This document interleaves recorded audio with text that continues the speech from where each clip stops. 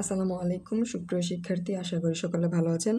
আজকে আলোচনা করব অনার্স ফার্স্ট ইয়ারের নন মেজরিটি কোর্স ফিজিক্স 1।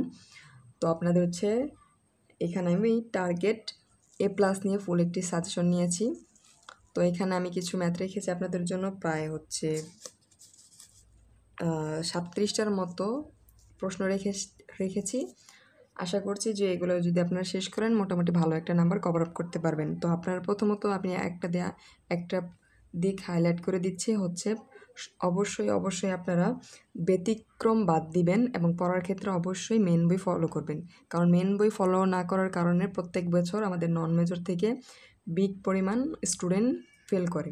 তো আমি এখানে প্রথমে রেখেছি গসের ডাইভারজেন্স উপপাদ্যের বিবৃতি ও প্রমাণ, দ্বিতীয়তে রেখেছি গ্রিনের উপপাদ্য, বিবৃতি ও প্রমাণ, এই দুইটা থেকে একটি আসার সম্ভাবনা রয়েছে।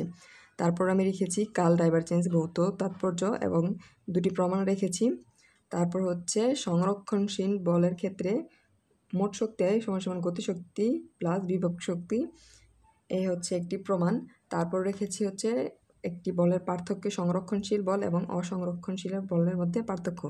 তারপর দেখা টাউ IDW/dt, টর্ক ও কণিক বেগের মধ্যে সম্পর্ক স্থাপন করো। অর্থাৎ আমি ঘ বিভাগ এবং খ বিভাগ উপবিভাগের জন্য একসাথে প্রশ্ন রেখেছি। তো আপনারা আপনাদের সুবিধার্থে পজ করে লিখবেন বা স্ক্রিনশট নিয়ে নেবেন।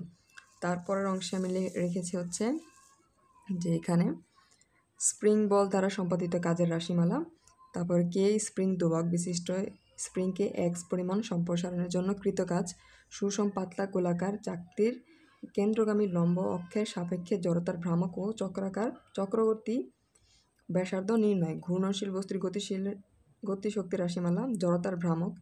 অর্থাৎ এই অংশ থেকে রেখেছি। আপনারা জানেন যে আপনাদের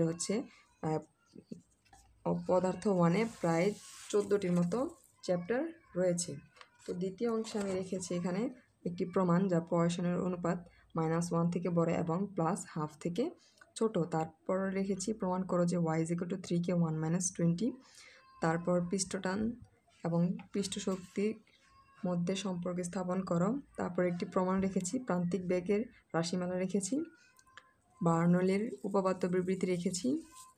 তো আপনারা আপনাদের সুবিধার্থে স্ক্রিনশট অথবা পজ করে দেখে নেবেন। আমি মোটামুটি চেষ্টা করেছি আপনাদের জন্য অতি গুরুত্বপূর্ণ উপপাদ্য এবং প্রশ্নগুলো নোট করার জন্য। আপনারা কোনো ম্যাথ স্কিপ করার চেষ্টা করবেন না। যদি স্কিপ করেন, কারণ নন মেজর আমাদের কিন্তু প্রত্যেক বছর প্রায় দেখা যায় যে কমন পড়ে না। তো প্রথমত কোনো প্রশ্ন স্কিপ করবেন না, তার পাশাপাশি অবশ্যই আপনারা মেন বই ফলো করবেন। তো মোটামুটি এখানে আমি আপনাদের জন্য 37টার মতো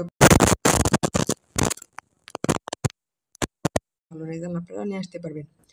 তো আমি ভিডিওটি আর বড় করছি না, আপনারা আপনাদের সুবিধার মতো ভিডিওটি দেখে নেবেন। ধন্যবাদ।